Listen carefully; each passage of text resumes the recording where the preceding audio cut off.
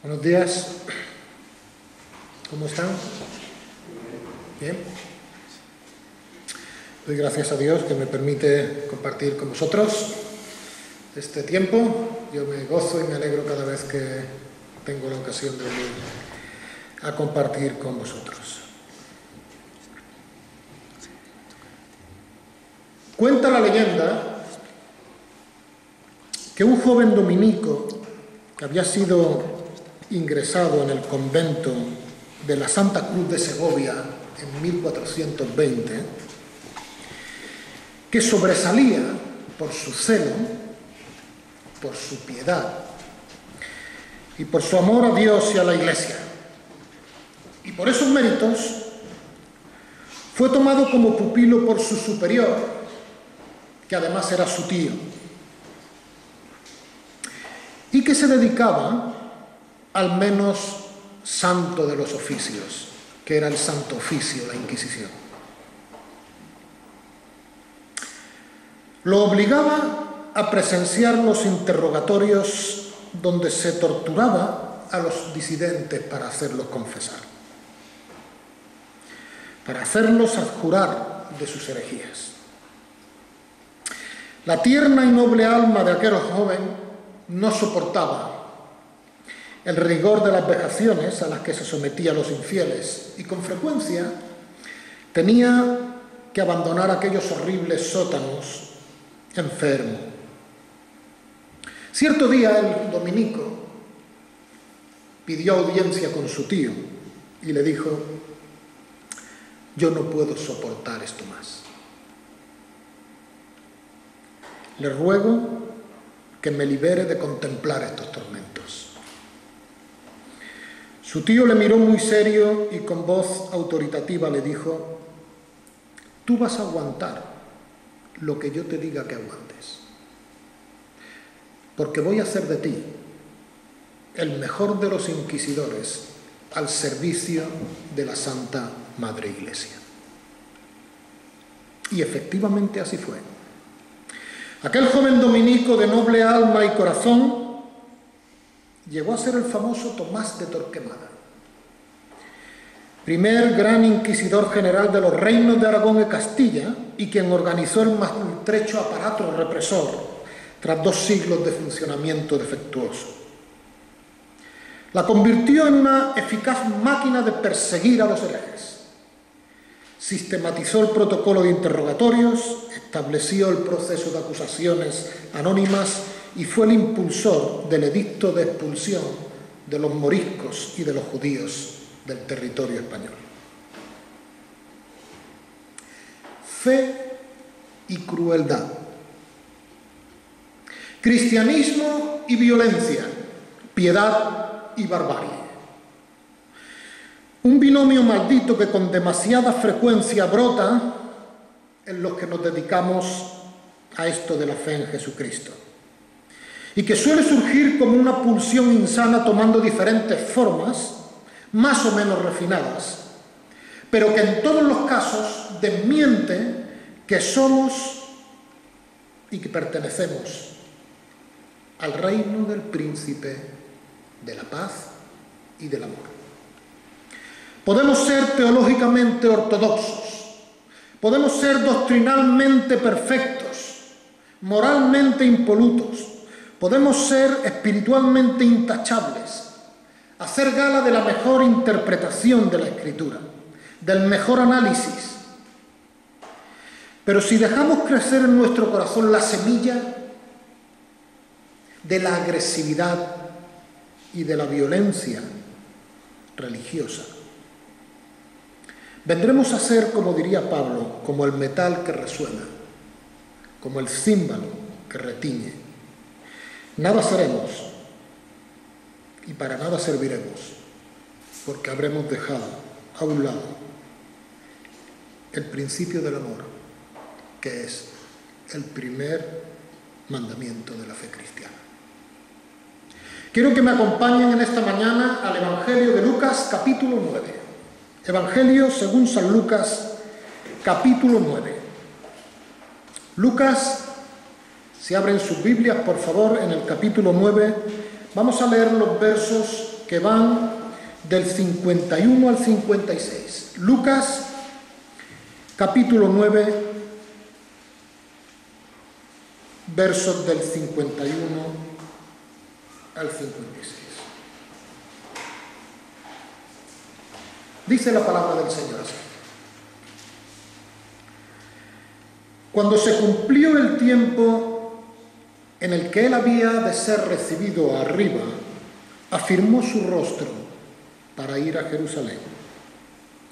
Y envió mensajeros delante de él, los cuales fueron y entraron en una aldea de los samaritanos para hacerle preparativos.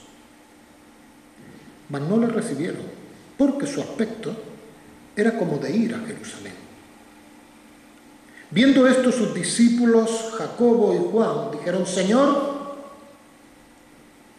¿quieres que mandemos que descienda fuego del cielo, como hizo Elías, y los consuma? Entonces, volviéndose él, los reprendió, diciendo: vosotros no sabéis de qué espíritu sois. Porque el Hijo del Hombre no ha venido para perder las almas de los hombres, sino para salvarlas. Y se fueron a otra aldea. Hermanos, este pasaje nos enseña que aunque siempre encontremos razones para la violencia, Dios siente aversión por ella y por nuestras justificaciones de la misma. Repito, este pasaje nos enseña que aunque siempre encontremos razones para la violencia, Dios siente aversión por ella y por nuestras justificaciones de la misma.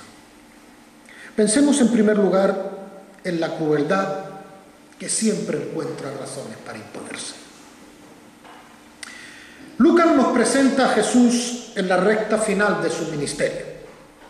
Ha afirmado su rostro, dice el texto, para ir a Jerusalén. Ha tensado su rostro para afrontar el impacto, literalmente dice el texto. Va a ir a Jerusalén a celebrar la Pascua allí, pero también para ser violentamente sacrificado. Sacrificado como un cordero. Jesús es el hombre por excelencia que va en dirección a Jerusalén. Y es en ese viaje hacia Jerusalén donde Dios va a revelar su plan. A diferencia de Mateo, en el cual la clave para entender el Evangelio es el cumplimiento profético, concretamente que tiene que ver con el reino y con el Mesías, Lucas pone su énfasis como clave a la hora de entenderlo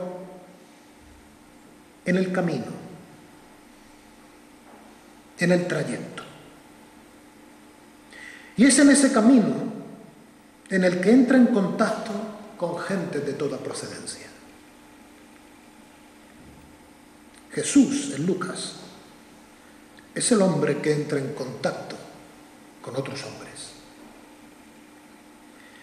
Los estudiosos están de acuerdo que cuando Lucas escribe su relato, lo hace construyendo una obra maestra muy bien ordenada, muy bien estructurada.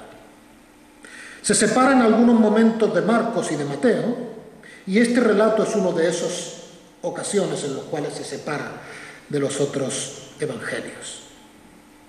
Posiblemente echó mano Lucas a la hora de construir el Evangelio de documentos que no eran ni Mateo ni Marcos. En cualquiera de los casos, aquí tenemos a Jesús que ha pasado 3 años enseñando a sus discípulos las leyes del reino. Un discipulado de 3 años con el mejor de los maestros, de quien han aprendido de palabra y de obra el valor y el respeto por la vida humana. Independientemente de las circunstancias personales de las personas e independientemente de la condición social, del género, del tipo de fe o del origen étnico. Infinidad de veces han visto los discípulos a Jesús desmontando los argumentos de los religiosos de su tiempo tocante al maltrato que la religión operaba sobre las personas. Él mismo en su carne ha sufrido el envite de esto. Muchas veces ha sido agredido y él está ahora mismo a punto de ser asesinado. De hecho, la progresión de los pasajes en Lucas, según los eruditos, va increciendo en violencia, increciendo en hostilidad hacia el Maestro. Y es a partir de este pasaje que los fariseos y los saduceos y los herodianos dan un salto cualitativo y empiezan lo que los biblistas hablan de agresiones mayores. Durante el camino, sus discípulos han podido ver a Jesús tratando a los intocables, a los marginales, a las mujeres, a los gentiles. Y Jesús lo ha hecho con respeto, con consideración, con generosidad y con misericordia. Le han visto enseñar y repetirle los principios del Sermón del Monte, donde hay que amar al enemigo, hay que devolver bien por mal, hay que ir una milla más, hay que responder con bendición y no con maldición. Y es muy curioso porque lo que Lucas está tratando de hacer como buen médico en este evangelio es un diagnóstico de la situación espiritual de los discípulos mientras caminan hacia la eternidad con el Maestro. Y si se dan cuenta, este pasaje está ubicado justo después de que él hace una radiografía diciendo en el capítulo 9 que están enfermos en su espiritualidad. En los versos del 44 al 45 que están enfermos en el discernimiento que tienen de las cosas. En los versos del 46 al 48 están enfermos en cuanto a la percepción de ellos mismos. En los versos del 49 al 50 están enfermos tocante al sectarismo. Y en el capítulo 9, los versos del 51 al 55, les enseña que están enfermos tocante al amor. Y llegados a este punto encontramos al discípulo del amor, Juan, acompañado de su hermano Jacobo, que tienen el encargo de buscar alojamiento para el Señor que va de camino a Jerusalén. El discípulo amado de Jesús, el discípulo del amor como se le conoce, aquel que se recostó en el costado de Jesús durante la última cena. El discípulo del amor que escribe 3 magistrales cartas cargadas de afecto entrañable, un evangelio que destila amor y un apocalipsis que es un canto lírico magistral del final de los tiempos, escrito para la consolación en tiempos de persecución.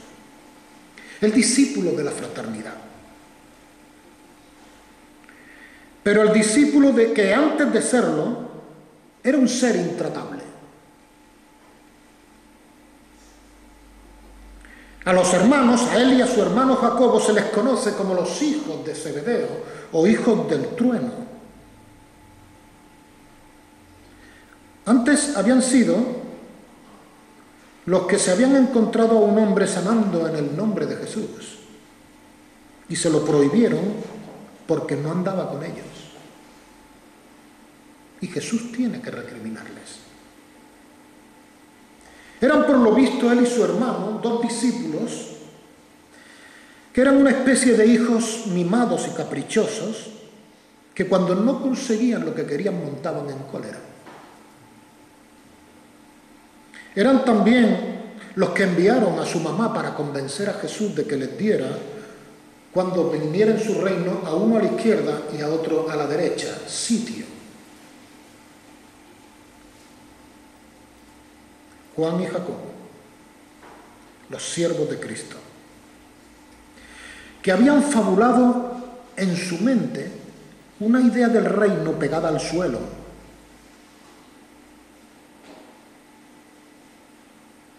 Un reino político, una teocracia a manera de lo que ellos habían visto y donde ellos se veían como la clase dirigente. Jesús sería el rey, Juan sería el primer ministro y Jacobo el viceprimer ministro, el ministro de Hacienda o de Economía. Unos auténticos trepas, diríamos hoy. Que antes de empezar en el negocio del reino ya se estaban situando. Y eso que habían oído a Jesús decir que los gobernantes de este mundo se enseñorean de las gentes, mas no será así como vosotros, con vosotros. Y aquí tenemos a estos hermanos viajando a Jerusalén a las fiestas pascuales. Jesús venía diciéndoles que se acercaba la hora. Lo que ellos no sabían es que se acercaba la hora del sacrificio.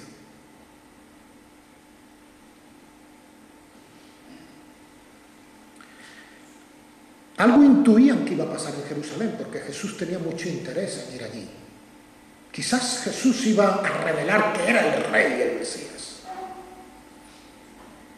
Y cruzaban desde Galilea hacia Jerusalén, cruzaban por tierra de samaritanos, subidos de humos, con el orgullo y la adrenalina de ser judíos y los que iban a mandar en el reino davídico. Y fueron a pedir asilo para el maestro.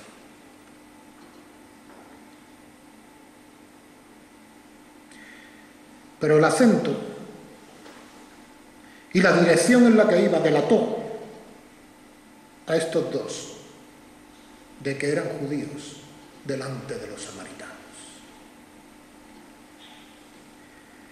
Y claro, los samaritanos le dijeron que se buscaran un hotel, que no pensaban darles ni agua. El historiador romano de origen judío Flavio Josefo afirmaba que la hostilidad de los samaritanos era tal que no solo estorbaban a los peregrinos, sino que a veces les atacaban.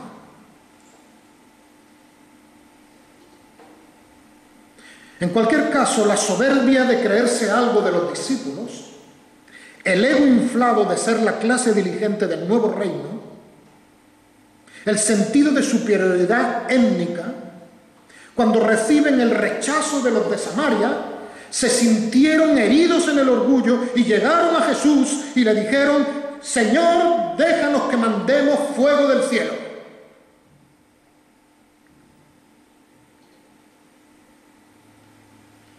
El Textus Receptus añade: como Elías hizo. Ahora, si se dan cuenta, esta bárbara imprecación está enmarcada en un contexto absolutamente religioso. El elemento de la religión es lo que norma toda la dinámica del lugar y de las gentes. El conflicto con los samaritanos tiene un componente religioso muy fuerte. Los móviles que hacen funcionar a los discípulos son eminentemente religiosos. La razón de existir era la religión. Religión y violencia, fe y maltrato, cristianismo y crueldad. Siempre vamos a encontrar razones para violentar a otros. Ahora bien, cuando hablo de violencia no solo estoy diciendo que agarramos a alguien y lo golpeamos, como hacen los talibanes, cuando golpean a los jóvenes y se afeitan la barba, o cuando se ríen, o cuando lapidan a las mujeres, o cuando ahorcan no se sabe a quién. Hablo de cosas menos visibles, pero igualmente dañinas, que se generan en nuestra vida de religiosos. Muchas veces las actitudes de desprecio hacia otros. de ninguneo, de marginación, de acepción de personas, de someter al ridículo, de humillar, de indiferencia, de someter al silencio, de amenazas más o menos veladas, de miedos, de mirar a otros como pecadores. Y esto sobre los que no consideramos tan ortodoxos como nosotros. Sobre los que no son tan moralmente perfectos como nosotros. O sobre los que no interpretan como nosotros. Y todo regido, como he dicho antes, por un enfermizo elemento religioso que justifica muchas veces el abuso, que permite que otros lo hagan o que nos hace mirar para otro lado cuando ocurre. Agresiones amparadas en el buen nombre, en la moralidad, en el testimonio, en la verdad, en la rectitud doctrinal, en las costumbres cristianas, en el sometimiento a la autoridad. Elementos que son nobles y necesarios, pero que muchas veces son usados para justificar el daño en cualquiera de sus formas. Cuando uno escarba un poco, se ve claramente que ninguno de los asuntos aducidos son la razón real de los desmanes, sino el producto trágico de nuestra exclusiva y energúmena e intransigente dinámica de entender y de defender la fe. Miren, en el texto que nos ocupa, el no dar asilo a un peregrino en la cultura oriental era una gran ofensa. ¿Recuerdan cuando David iba por el desierto y pidió asilo a aquel hombre? Él huía de Saúl y llegó a aquel hombre y le pidió que le diera pan para sus hombres y agua. Y lo negó. Y David dijo a sus hombres: poneos la espada en el muslo que vamos a visitarle. Como ya saben el resto de la historia, Abigail intercedió por el necio de su marido y David se volvió atrás para cobrarse la venganza. Finalmente sabemos que aquel hombre Nabal, terco y malo, murió de un susto cuando Abigail le dijo que David iba a matarle.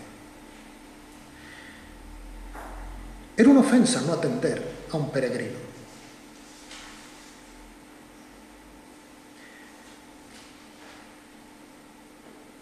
No dar asilo no a un peregrino, sino al Mesías del reino que va a Jerusalén, no solo es una ofensa, es una ofensa grande. Que esa ofensa fuera hecha por unos despreciables samaritanos no solo es una ofensa, es una insolencia. Que es puesta al mismo nivel que una ofensa digna de muerte.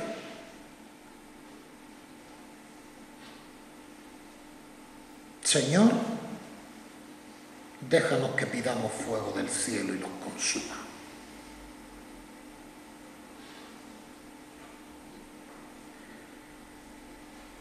Muchas razones para condenarlos al fuego.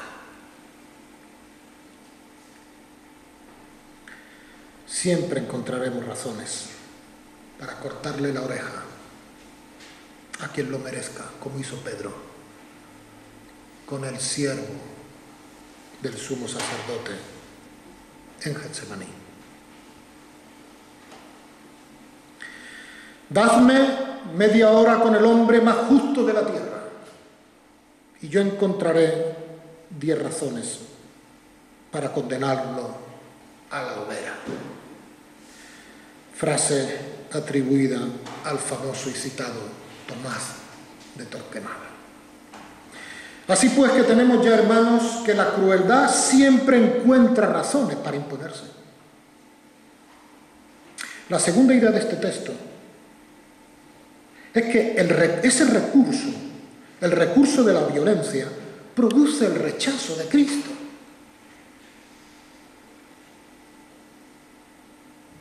La pulsión violenta de agresión produce el rechazo de Jesús.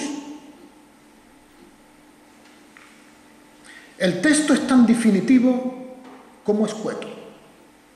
Y es mucho más escueto que lo que aparece en nuestra Reina Valera. No sé si tienen la versión textual, supongo que sí. Frente a la imprecación de Juan contra los samaritanos, el texto real y simplemente lo que dice es: Jesús, al oírlos, se volvió y los recriminó.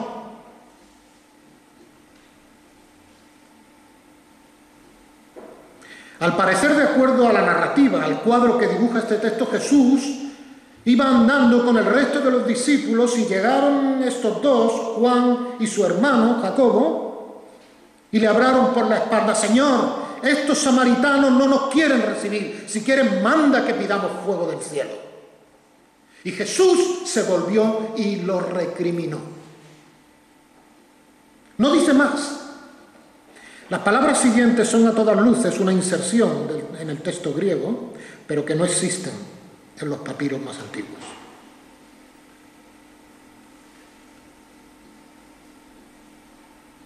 Jesús, volviéndose, les recriminó. Les recriminó.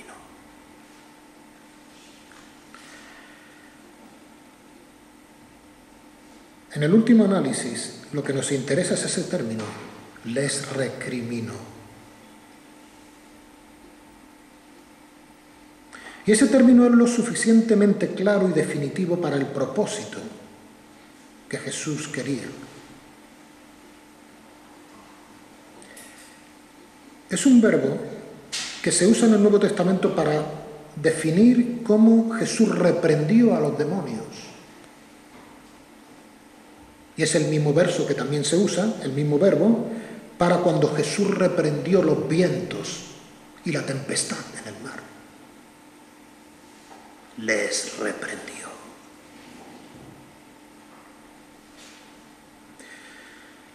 Puede ser traducido como que los censuró duramente, les reprobó de forma taxativa, con el fin de prevenir un mal o de frenar definitivamente un mal.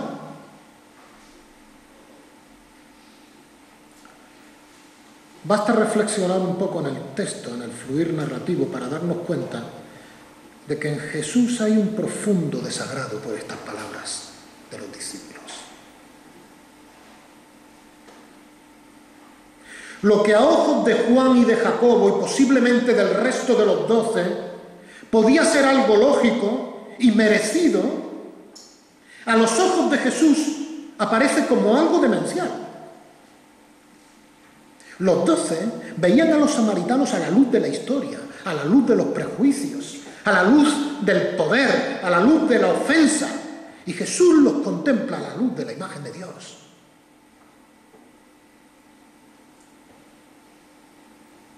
A la luz de la necesidad de sus almas. De hecho, en la tradición de Lucas, Jesús aparece como el judío que se llega a los samaritanos, porque tiene muchos encuentros con los samaritanos en el Evangelio de Lucas.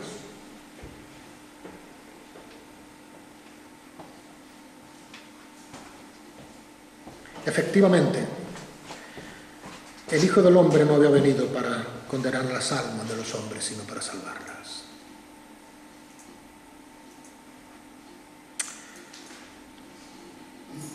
En el reino de Jesús, el Mesías que va a Jerusalén, no hay lugar para el odio y para el maltrato. No hay lugar para la violencia de ninguna especie. Todo tipo de agresión levanta el rechazo de Cristo. Jesús sabe perfectamente lo que luego escribirá Santiago, que la ira del hombre no provoca la justicia de Dios, no opera la justicia de Dios. Les ha enseñado por 3 años que los que son benditos son los hacedores de paz. No ya los que matan, sino los que hacen violencia verbal o de pensamiento. Esos son los culpables de juicio y del fuego. Pero Jacobo y Juan quieren achicharrar a los samaritanos.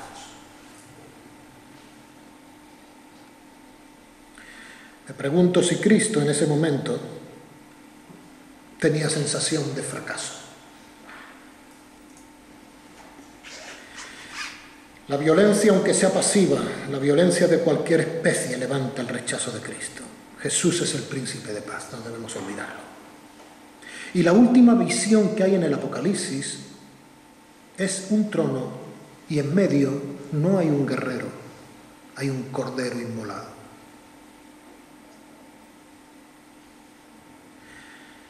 Jesús abomina nuestras violencias de cualquier especie, de hecho o de omisión.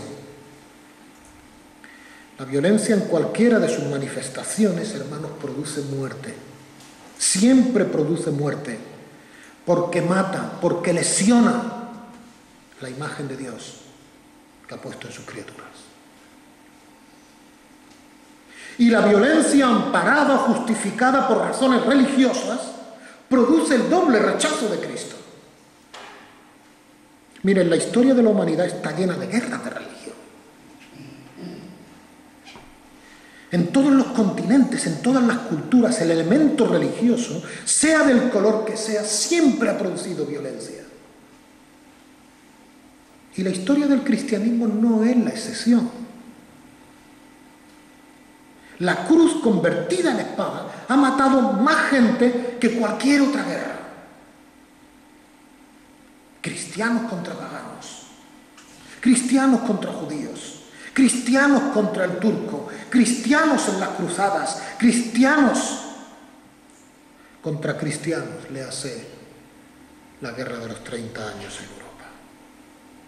Guerras entre protestantes y católicos, entre católicos y protestantes, inquisiciones. Luego incluso dentro de nuestro mismo campo, anglicanos contra puritanos, puritanos contra los no adeptos, reformados contra anabaptistas, anabaptistas contra otros. Un gran charco de sangre que levanta la indignación de Dios al que se pretende representar.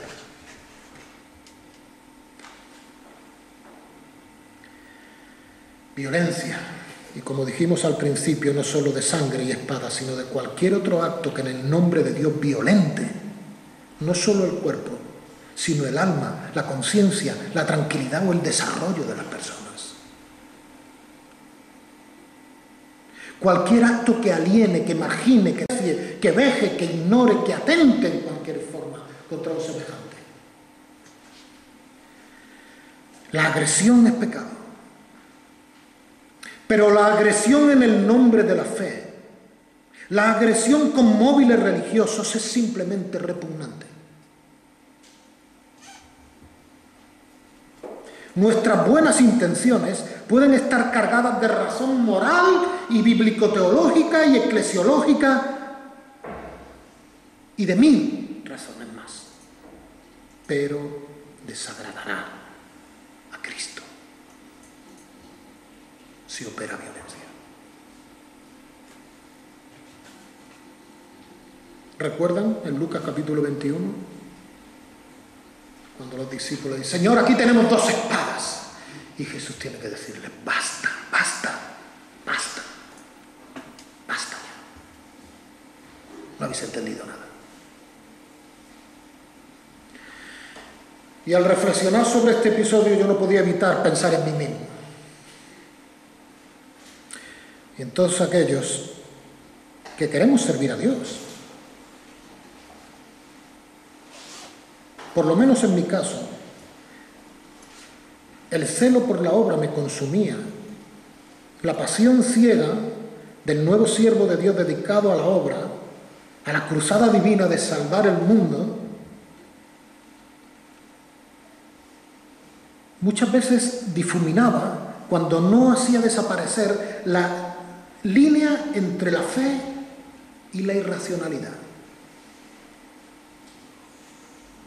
entre la convicción y la extravagancia, entre la creencia tonta de creerme algo y la ridiculez. Y efectivamente esas son torpezas de juventud, pero que se pueden evitar y debemos evitar porque dañan a otros. No es nada que el paso del tiempo no pueda sanar y la experiencia de conocer al Señor. No hay que confundir el primer amor del que habla Apocalipsis con el fanatismo. Vamos a concluir. Hermanos, este pasaje nos enseña y nos cuenta que Jesús había firmado su rostro para ir a Jerusalén, al sitio donde lo iban a violentar, clavándolo en una cruz. Y la cruz, nuestro símbolo por excelencia, es el lugar, curiosamente, donde confluye toda la violencia de nuestra especie. En la cruz la violencia, la injusticia, la explotación y la muerte se dan cita para que las veamos.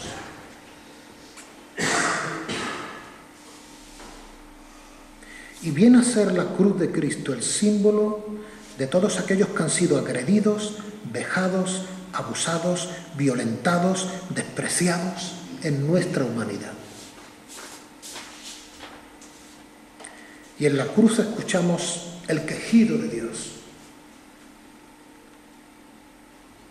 que contempla con horror cómo el ser humano, por razones religiosas, despoja al ser humano de su dignidad.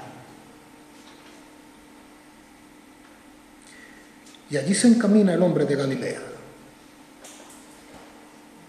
Así pues, nos habla la víctima de la intolerancia religiosa, Jesús, que aún tiene tiempo para enseñarle a sus discípulos que aunque siempre encuentren razones para la dureza, Dios siente aversión por ella y por nuestra justificación de la misma. Por lo tanto, evita agredir a otros de cualquier manera. Nada hagas por contienda, vanagloria, venganza o cualquier otra razón. Se te irá la mano. Pregúntate cómo, con mi actitud, con mi estilo de vida, puedo estar agrediendo a alguien. El agresor a veces no es consciente de que es un agresor. No permanezcas impasible, ante los actos de violencia. No calles. No seas testigo mudo de la común tragedia de la violencia. Jesús dijo, basta.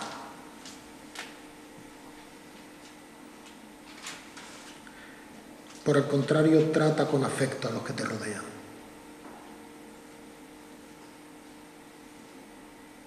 Es más práctico cazar con miel que con hiel. Retírate de ambientes radicales porque crean adicción e insensibilidad a la violencia. No caigas en la tentación de juzgar a ser justiciero o justiciera. Te voy a decir un secreto, todos llevamos un Torquemada dentro. Está buscando razones para salir. La línea que separa el orden y la disciplina del maltrato es tan fina que suele no verse.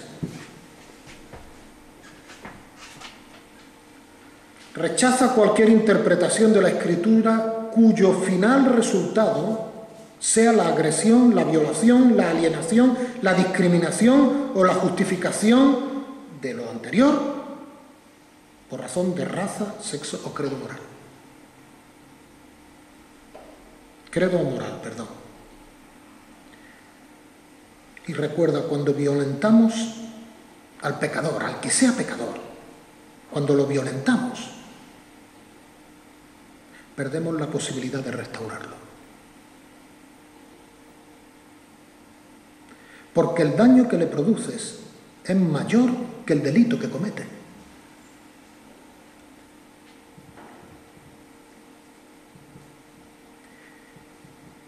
Y recuerda que para Jesús hay algo más grave que el pecado de los pecadores.